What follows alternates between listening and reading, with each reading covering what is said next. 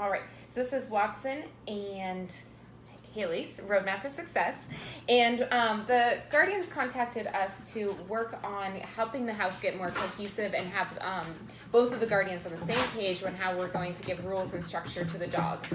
So one of the first things I want to kind of remind you guys of is getting into a schedule and a pattern. That is one going to eliminate a lot of different issues, such as the dogs demanding to go outside or doing certain things, because if you're feeding them around the same time each day and letting them out and then taking them out for walks to get their exercise, and you're playing with them and there's a good consistency and all their needs are met without them the dogs having to remind you, then you're also going to be staying in that leadership position because the dogs aren't making demands of you and their needs are being met, so it all works as a good cohesive unit.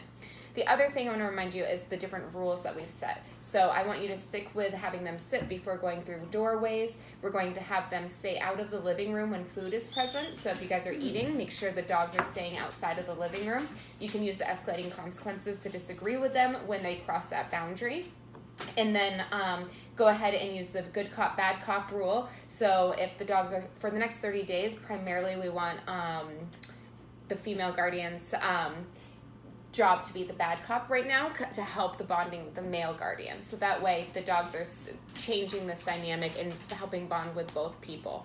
So we're going to, so if the dogs start to get up, it'll be your job to go and make sure that they're being well behaved. And that's what you want to stick with for the next 30 days. And then after about 30 days, set a reminder on your calendar to sit down and chat about where things are at.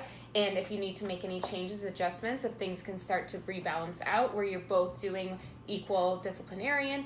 But on the other hand, after 30 days, if you're being consistent, remember consistency is huge. The dogs should be overall listening to these rules and boundaries, so you shouldn't have to be disciplining them nearly as much as in the beginning anyways.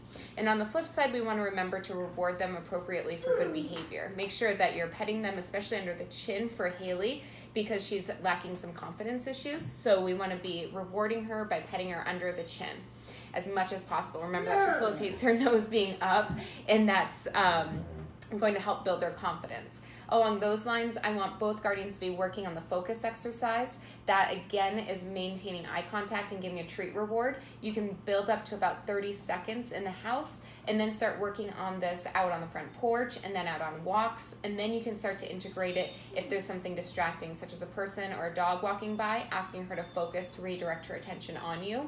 So it's good for that purpose, but it's also great for bonding. When dogs sustain longer eye contact, they're building up their confidence, so they're feeling better about themselves, and it releases oxytocin, which is the feel-good hormone, and that's going to help bond both of you and the dog to each other. So so it's multifaceted why this is a great approach.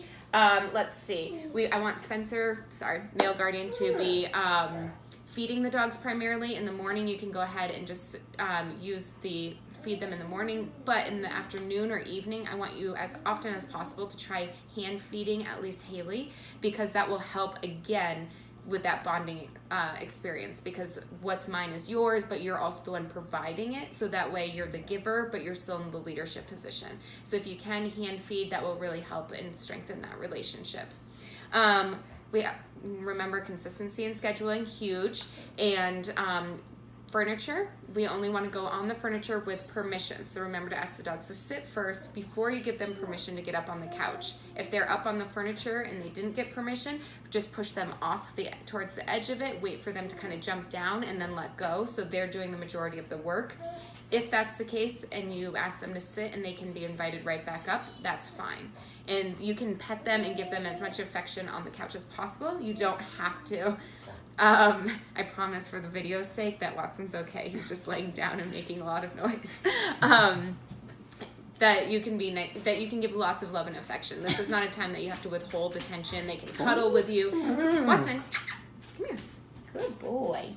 And then the other thing that I want to talk about is going out for walks. So when you go out for walks, use the structured walk with the martingale collar, and then you can slowly start to wean off of it, but this is going to help them stop pulling on the leash, and remember to keep them next to you.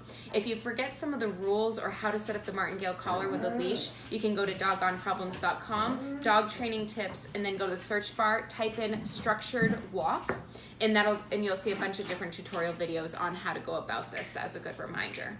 And then let's see, again, another small rule, but it's pretty big, a little micro thing is to make sure you're not walking around the dogs. If you're walking through the house, unless they're laying down or sleeping, you want to just keep walking where you're going in a direct path. You don't want to walk around them, have them move out of your way out of respect, and that's the same for people. We always get out of each other's way when we're walking around, so this is the same expectation for the dogs. I want you to work on the leadership exercise each day with each dog. Have the male guardian start to work with Hayley after about 2 weeks. Let them build up the relationship through the focus exercise and through other things before going on to the leadership exercise. But the female guardian can work with both dogs each day, and then the male guardian can work with Watson every day for the next 30 days. Remember to keep them separated because it's too much competition. I also strongly encourage the male guardian to be walking Hayley when you're going out for walks, because it's something she loves so much that it's really good for him to be the one to be able to give that reward and for him to be associated with that. So make sure we do that. And then the last thing is I want to remind you to be nice and calm when you walk in the house. You don't want to pet them if they're jumping up, whining or barking or doing any of that stuff, so just kind of ignore them. Ignoring means no eye contact, and wait for them to calm down. Once they've calmed down, ask them to sit, and then go ahead and give them as much love and attention as you want. And then the very last, I want to remind you that everything you do trains your dog, only sometimes you mean it.